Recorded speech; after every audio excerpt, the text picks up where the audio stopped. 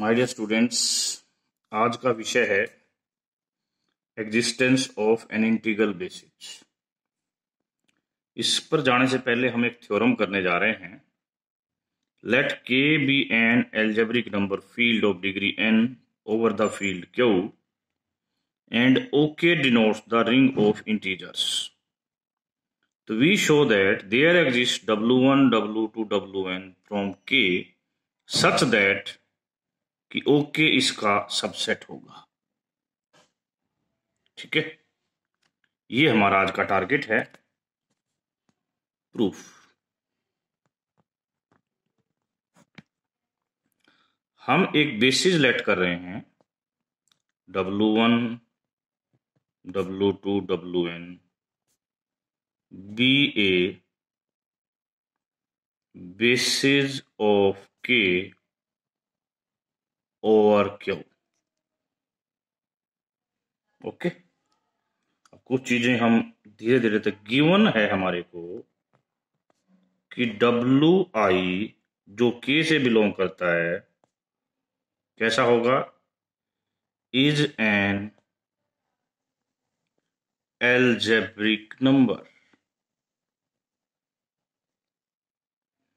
There exists a non-zero integer mi, जो कि mi क्या है, non zero, and mi wi k से बिलोंग करेगा और इसके साथ साथ क्या हो जाएगा, and mi wi is an algebraic integer। जैसे हमने आपको एक थ्योरम बताई थी पहले कि यदि कोई अलजेब्रिक नंबर मिल जाता है आपको, ठीक है, तो आप एक ऐसा पॉजिटिव इंटीजर जरूर ढूंढ सकते हो, ऐसा इंटीजर जरूर ढूंढ सकते हो जिसको उसके साथ मल्टीप्लाई करेंगे और वो क्या बन जाएगा, अलजेब्रिक इंटीजर। और ये मल्टीप्लाई करने के बाद ये एलिमेंट के में ही रहेगा। तो हमने कह दिया क्या बन गया जी आपका algebraic integer.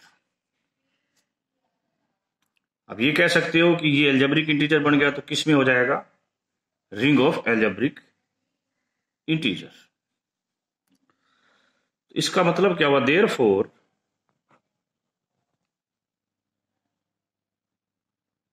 we can find non-zero integers m1, m2, mn such that mi's and wi's k में हो and mi's wi's क्या हो, is algebraic integer।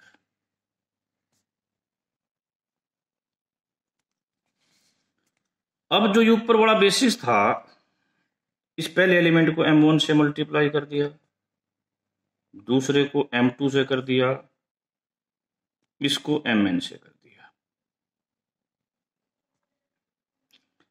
अब वी क्लेम दैट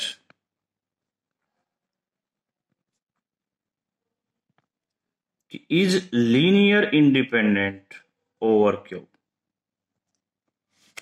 इसको A1 से मल्टीप्लाई कर दो, इसको A2 से मल्टीप्लाई कर दो, इसको AN से मल्टीप्लाई कर दो, कंबाइन करो A1 M1 W1, A2 M2 W2, AN MN W।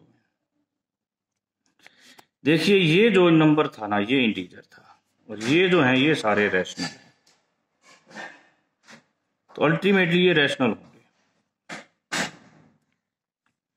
मैं फिर बता दूं, AI rational, MI integer, this implies that this is rational. अब जबकि आपको ये कह रखा है कि this set is basis over the field of rational, इसका मतलब ये कोफिशिएंट सारे क्या होंगे, 0 होंगे। This implies either ai equal to 0 और mi equal to 0, बट आपने शुरू में कह रखा है कि mi तो नॉट इक्वल टू 0 है, इसका मतलब ai इक्वल टू 0 हो गया। ai इक्वल टू 0 हो गया तो ये सेट कैसा हो जाएगा जी, लीनियर इंडिपेंडेंट ओवर क्यू। इस सेट में n एलिमेंट है। आपने थोड़ी देर पहले कहा था कि इस एक्सटेंशन की डिग्री n है, तो इसका मतलब इस सेट के अंदर मैक्सिमल n इंडिपेंडेंट सेट हो सकते हैं, उससे ज्यादा नहीं हो सकते। तो ये मैक्सिमल इंडिपेंडेंट होने की वजह से क्या बन जाएगा, स्पैन भी कर देगा और ये बेसिस हो जाएगा। This is a finite set, this is a maximal independent set, due to that condition this becomes the basis. तो ये बेसिस बन गया, ये बेसिस बन गया। इस बेसिस के अंदर एक खासियत है कि सारे के सारे एल्जेब्रिक इंटीजर हैं।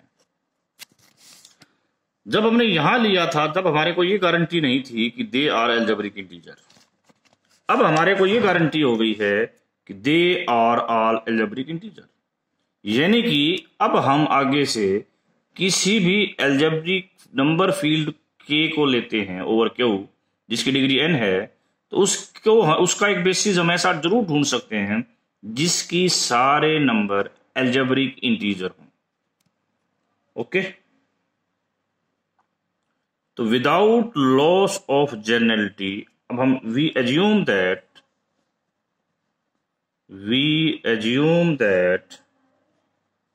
कि W1, W2, Wn are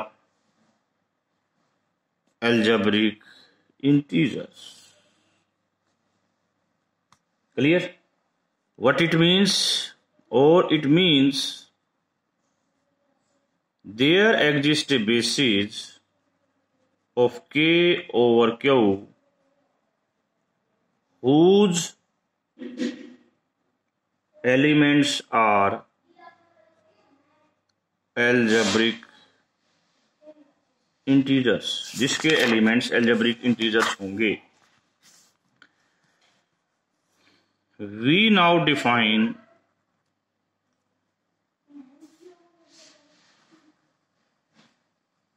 bilinear pairing B from K cross K to Q। जिस प्रकार पीछे डिफाइन की थी वही इसकी डिफाइनिंग है कि एक्स वाई आएगा, तो एक्स वाई किस में जाएगा, ट्रेस के एक्स वाई, ये इसकी डिफाइनिंग है सेम। अब हम यहां पर एक ड्यूल बेसिस बनाना चाहते हैं। क्या बनाना चाहते हैं जी, dual basis. We can find a dual basis जिसके अंदर ये एलिमेंट होने चाहिए।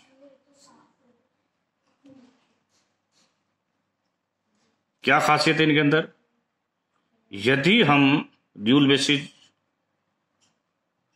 यदि मैं इन दोनों को डिफरेंट लेता हूं तो 0 आए, यानी कि क्रॉनिकल डेल्टा डिफाइन कर रहा हूं, जिसकी वैल्यू क्या होती है 1 if i is equal to j और 0 if i is not equal to j।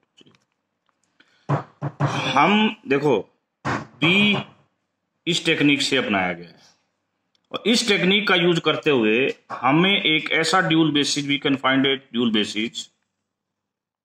क्यों ड्यूल बेसिस फाइंड कर सकते हैं इसकी भी बात करता हूं। आपने ये कहा था कि ड्यूल बेसिस के अंदर ये प्रॉपर्टी आपने पढ़ी थी, क्या पढ़ी थी जी कल, किसी को याद हो?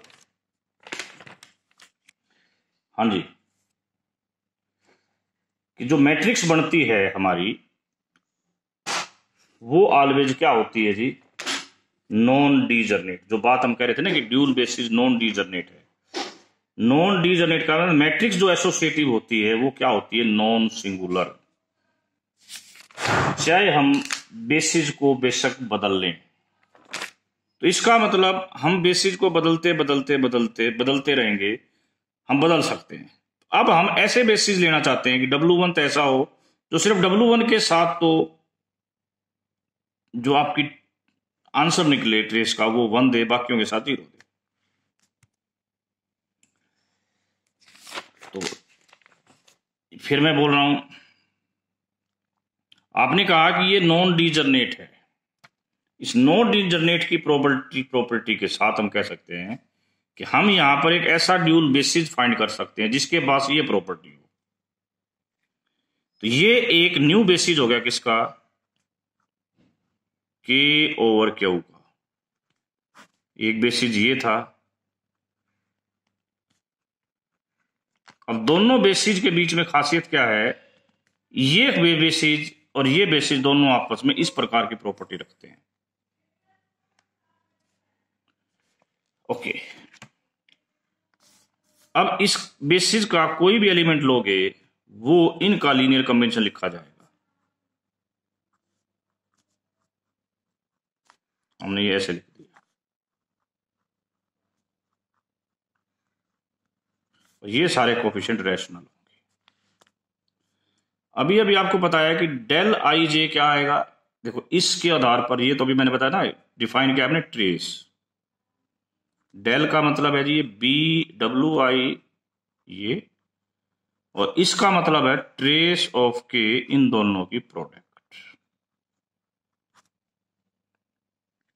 Yes, okay. अब आप इसके स्थान पर ये वैल्यू रख दो, ट्रेस के WI K equal to 1 to N CKJ WK। ये बाहर निकल आएगा, कांस्टेंट है, समेशन भी बाहर आ जाएगा।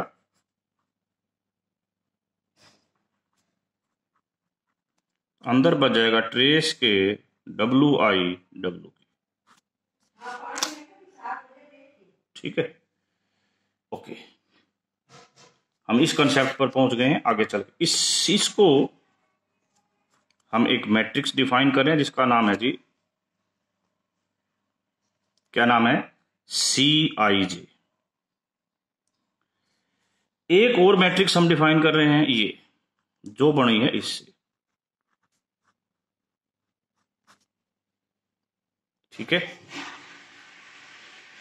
इस रूप को ध्यान से देखें तो ये रूप क्या है।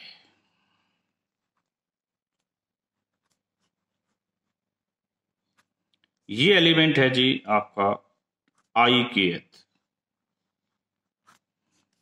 और इसकी गुणा ये है KJth। तो अल्टीमेटली ये IJth एलिमेंट बनता है किस मैट्रिक्स का, ये मैट्रिक्स गुणा में ये मैट्रिक्स। ये मैट्रिक्स आपने पीछे पढ़ा है, दिस एंड इसकी प्रोडक्ट होती है जब ये मैट्रिक्स C होगी, और इसकी जो मैट्रिक्स बनेगी वो आइडेंटिटी बनेगी। अब यदि मैं इसका डिटर्मिनेंट की बात करूं तो बहुत आसान है। इसका डिटर्मिनेंट 1 होगा, determinant of this, determinant of this and इसका डिटर्मिनेंट आप ऑलरेडी प्रूव कर चुके हो, नॉट इक्वल टू 0 है। तो यहां से C का डिटर्मिनेंट नॉट इक्वल टू 0 आएगा, और C इज इनवर्टिबल और नॉन सिंगुलर। ठीक है, इसका मतलब पहले तो ये हमने लिया, इसका मतलब ये जो हम ले रहे हैं ना, इसकी मदद से ये बनी थी, और इस मैट्रिक्स का डिटर्मिनेंट 0 आ गया है। पहले तो हमने ऐसे W1 W2 W3 ऐसे लिए थे, बेसिस ड्यूल बेसिस वर्ड का था मैंने, बेसिस ना बने, बेसिक बेसिस ना भी बने, जो इस कंडीशन को सेटिस्फाई करे, ऐसे ऐसे नंबर लिए आपने यहां पर W1 W2 W नाम हमने लिखा ड्यूल बेसिस। हमने ये नहीं कहा था कि बेसिस है, वे W1 WN लिए जो इसकी कंडीशन, इस कंडीशन को सेटिस्फाई करते थे। आगे चल के आपने बना, फिर आपने क्या कि ये लिया, इसका प्रत्येक एलिमेंट इसके लीनियर कॉम्बिनेशन लिख दिया। अब जो ये मैट्रिक्स बनी है, ये मैट्रिक्स आपकी नॉन सिंगुलर आ गई। ये मैट्रिक्स नॉन सिंगुलर आना आपके लिए बहुत कुछ कह रहा है।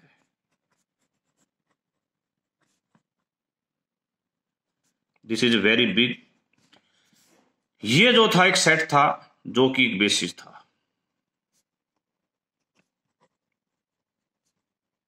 के ओवर क्यू। ये एक सेट था बट के ओवर क्यू का सेट था। बेसिस हमें प्रूव करना है। यदि हमने कहीं इसको बेसिस वर्ड कह दिया तभी गलत कहा था पहले, ठीक है। इसको के ओवर क्यू है और इसको बेसिस प्रूव करना है। यदि आप इस मैट्रिक्स को नॉन सिंगुलर प्रूव कर देते हो, नॉन सिंगुलर का मतलब है इसकी रोज और कॉलम आपस में इंडिपेंडेंट है, इट मींस ये सेट आपका बेसिस बन जाता है। किसका बन जाता है बेसिस? के ओवर क्यू। इस बेसिस की बहुत सी खासियत है। ये बेसिस बनने से पहले आपने W1 W2 WN का जो सेट लिया था उसके अंदर एक खासियत थी, नंबर एक, उसके अंदर सारी एंट्री अलजेब्रिक इंटीजर थी। ये उसका ड्यूल बेसिस है, ड्यूल बेसिस जो इस कंडीशन के साथ। अब हम अपने आखिरी पॉइंट पर आ रहे हैं। Let alpha be an arbitrary element of ring of integer. अब आपने ये बेसिस प्रूव कर दिया, अल्फा इसका एलिमेंट, इसका मतलब के का एलिमेंट भी था, तो के का प्रत्येक एलिमेंट इनका लीनियर कॉम्बिनेशन लिखा जा सकता है क्योंकि ये के का बेसिस है और ये ए आई रैशनल होंगे। यदि मैं इसको डब्ल्यू आई से गुणा कर दूं तो बोथ साइड, ऐसा मैं हर आई के लिए कर सकता हूं। टेकिंग ट्रेस बोथ साइड, देखिए ये कांस्टेंट है, बाहर आ जाना है।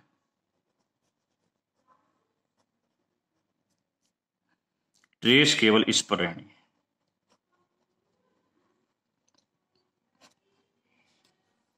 इसका उत्तर आपने अभी बताया था, क्या माना हुआ हमने? डेल आई जे। इस पूरे प्रकरण में केवल एक स्थिति जाएगी जब आई इक्वल टू जे होगा, तो इसका आंसर आ जाएगा जी आपका ए आई, और किसी स्थिति में इसका आंसर सेम नहीं आएगा। अब इसकी बात करते हैं, व्हाट इज दिस। ये एलिमेंट कहां से है?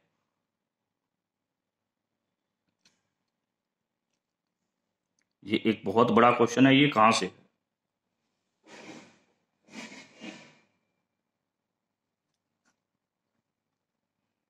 कहां से है कोई बताए?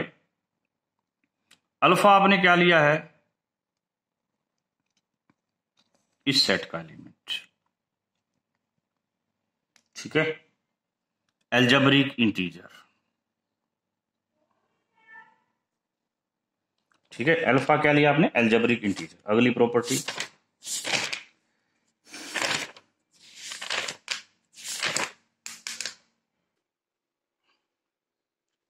अल्फा क्या लिया आपने यहां पर?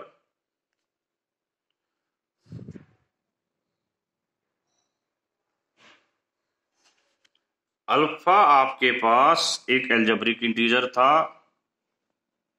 दूसरा बता दूं डब्ल्यू आई भी अलजेब्रिक इंटीजर था।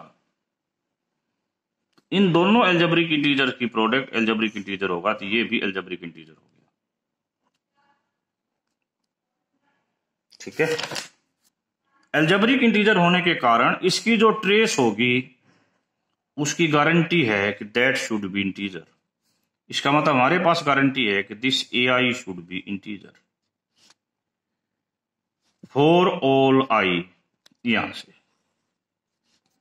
तो जो अल्फा लिया था आपने वो ये लिया था,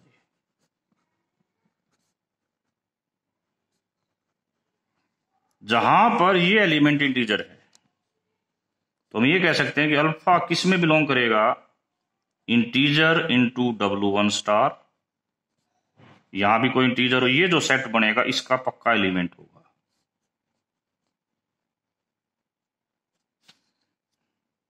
अल्फा कहां से था? इससे था, तो ये इसका सबसेट होगा। यही हमारा इस क्वेश्चन का मेन मोटिव था। ओके बेटा, नोट्स जो भेजे थे उसमें इस लाइन को करेक्ट कर लेना। ये मैंने क्यों के लिख दिया था, गलती से ये ओके होना चाहिए था। Okay, hence prove.